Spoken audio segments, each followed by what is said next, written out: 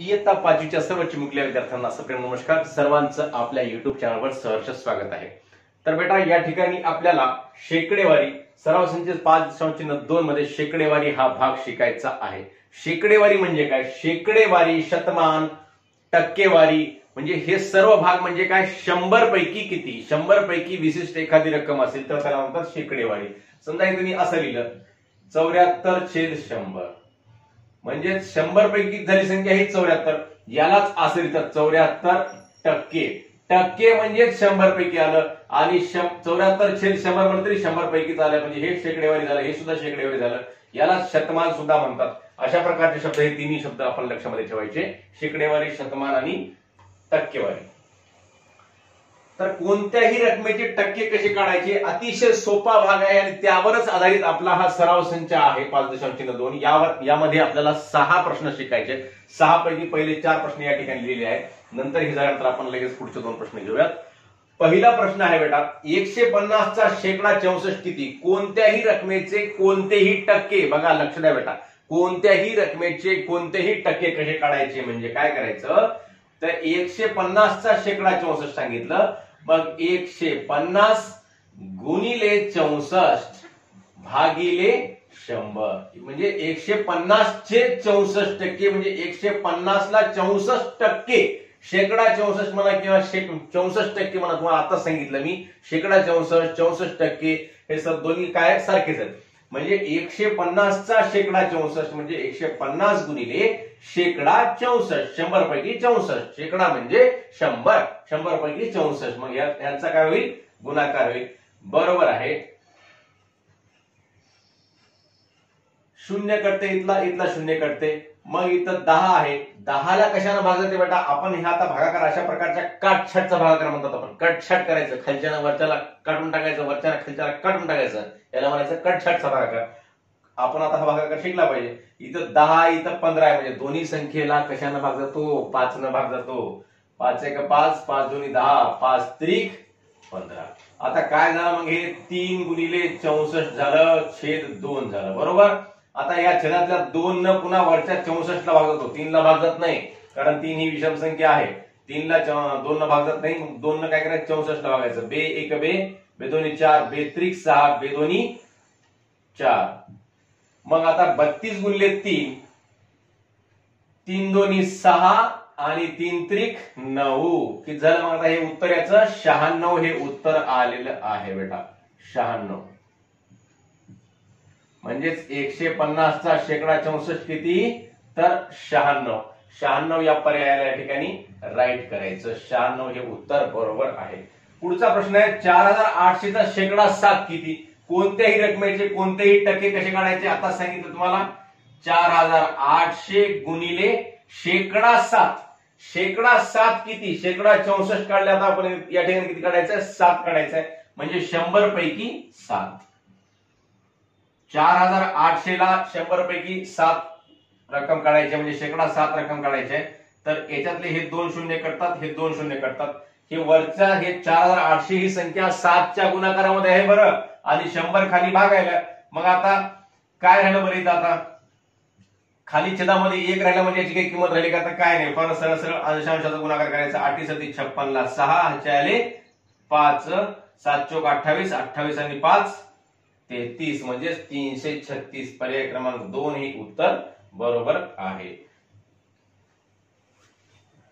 तिसरा प्रश्न आहे, एका गोठ्यात 40 म्हशी आहेत. एकूण प्राणी 800 असतील तर म्हशी किती? 40 म्हशी आहेत म्हणते आणि एकूण प्राणी किती आहेत? 800 प्राणी आहेत. 800 प्राण्यापैकी 40 म्हशी आहेत. मग एकूण प्राणी 800 असतील.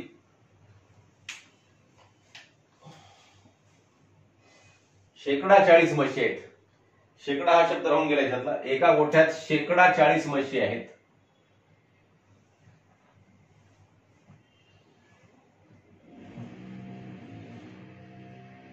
एका गोठ्यात शेकडा 40 म्हशी आहेत. तर एकूण प्राणी 800 असतील तर म्हशी किती? शेकडा 40 म्हणजे शेकडा 40 म्हणजे किती पैकी 40? 100 पैकी 40. मग 800 चे शेकडा 40 काढायचं आपल्याला. काय करायचं? 800 चे शेकडा 40 म्हणजे 800 गुणिले म्हणजे 100 पैकी 40 आहेत. मग 800 पैकी किती बरं? मग कोणत्याही रकमेचे कोणतेही टक्के 800 चे 40% काढायचे आहेत. म्हणजेच 800 गुणिले 40 भागिले 100. आता बघा बरं, इथले 2 शून्य आहेत, हे 2 शून्य इथल्या 2 शून्यासोबत कटून जातात भागाकार करताना. मग 8 गुणिले 40 आहे, सरळ सरळ 8 आणि 40 चा गुणाकार, 8 शून्य शून्य, 8 चौक 32 म्हणजेच 320. 320 पर्याय क्रमांक 3. एका जंगलात बाबळीची झाडे 10% आहेत, एकूण झाडे 900 असल्यास बाबळीची झाडे किती? खूप सोपे सोपे प्रश्न आहेत. तुम्हाला एक प्रश्न जरी समजून सांगला तरी बाकीचे तुम्ही सर्व सोडवू शकता आणि तुम्ही सोडवली असतील, पण तुम्ही फक्त या ठिकाणी टॅली करून घ्या. मग 900 एकूण झाडे 900 आहेत. मग एकूण झाडे 900 असलेत आहेत आणि 10% बाबळीची झाडे आहेत, म्हणजे 900 चे 10% काढायचे. म्हणजेच काय, 900 ला किती न गुणायचं? 10% न गुणायचं. 10% म्हणजे किती? 100 पैकी 10. टक्के म्हणले की 10, 100 पैकी, शेकडा म्हणले की 100 पैकी. हे लक्षामध्ये आपण ठेवायचं पक्क. मग 900 गुणिले 10 भागिले 100. 2 शून्य 2 शून्य गेले, 9 10 90. अशा प्रकारे हे 4 प्रश्न सोडवलेले आहेत. उर्वरित 2 प्रश्न लगेच बघूयात मुलांना.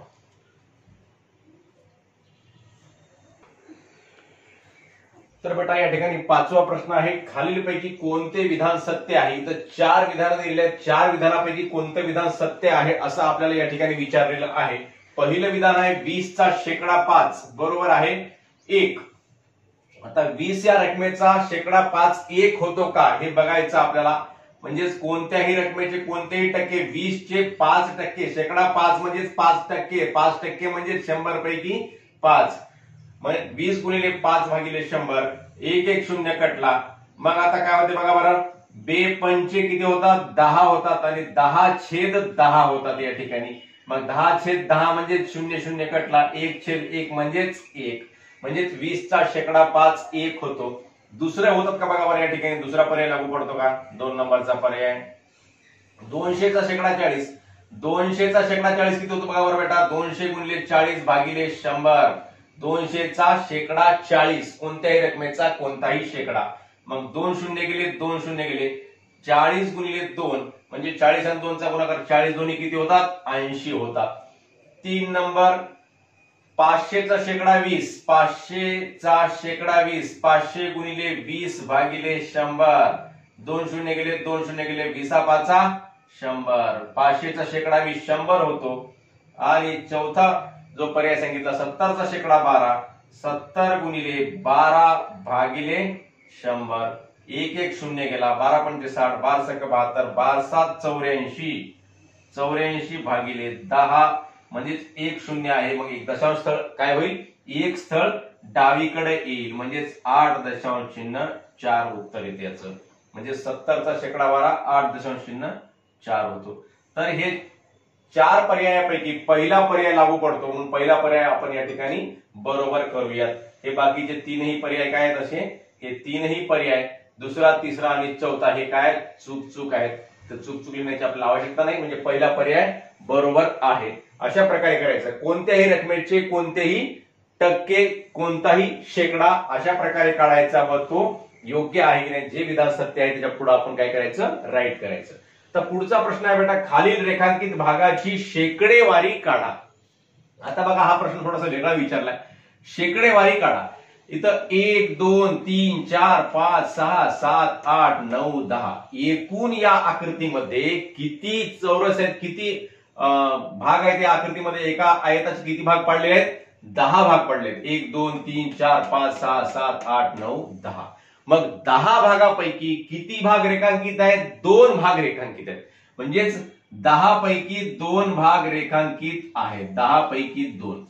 मग 10 पैकी 2 भाग रेखांकित आहेत, तर शेकडेवारी काढा. कोणत्याही अपूर्णांकाचं रूपांतर शेकडेवारीमध्ये करण्यासाठी या अपूर्णांकाला कितीने गुणायचं असते बेटा? तुम्हाला माहित आहे, हा भाग आपण अपूर्णांकामध्ये शिकलेला आहे, अपूर्णांकावरील क्रियेमध्ये. मग या रकमेचं रूपांतर आपल्याला शेकडेवारीमध्ये करायचं आहे. मग शेकडेवारीमध्ये करण्यासाठी या अपूर्णांकाला काय करायचं? 100 न गुणायचं. 2/10 गुणिले 100. मग 100 न गुणल्यानं हे 1 शून्य कटते, हे 1 शून्य कटते. बरोबर आहे. 2 10 किती? मग 20%. म्हणजेच 2/10 म्हणजेच किती टक्के बेटा, तर 20%. हा भाग 20% आहे आपल्या एकूण या भागाच्या. अशा प्रकारे हा प्रश्न आपण या ठिकाणी सोडलेला आहे.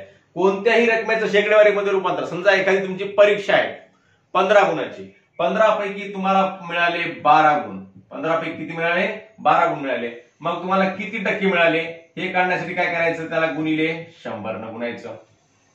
3 चौक 12, 3 5 15. इथं कोणता शून्य नाही कटण्यासाठी. मग या 5 न 100 ला भागायचं, 5 1 5, 5 2 10, शून्यला शून्यचा भाग, बरोबर आहे 20 चौक 80%. कोणत्याही रकमेचे कोणतेही टक्के, कोणत्याही अपूर्णांकाचे टक्के अशा प्रकारे काढायचे असतात. खूप सोपा भाग आहे. जेवढ्यापैकी 15 पैकी 12 गुणिले 100 केले की 80% प्राप्त झालं. म्हणजे ह्या 12/15 हा अपूर्णांक किती आहे, 80% आहे. 12/15 म्हणजेच 80/100 म्हणजेच 80%. अशा प्रकारे अपूर्णांकाचं रूपांतर सुद्धा शेकडेवारीमध्ये करायचं असते. हे सुद्धा तुम्हाला समजलं असेल असं मी गृहीत धरतो. व अशा प्रकारे या ठिकाणी आपला सराव संच 5.2 हा भाग शेकडेवारी हा भाग या ठिकाणी पूर्ण करतो. व आपल्या सर्वांना हा व्हिडिओ आवडल्यास नक्की आपल्या मित्रांना शेअर करावा व या व्हिडिओवर लाईक्स व कमेंट सुद्धा अवश्य करावे मुलांनो. धन्यवाद.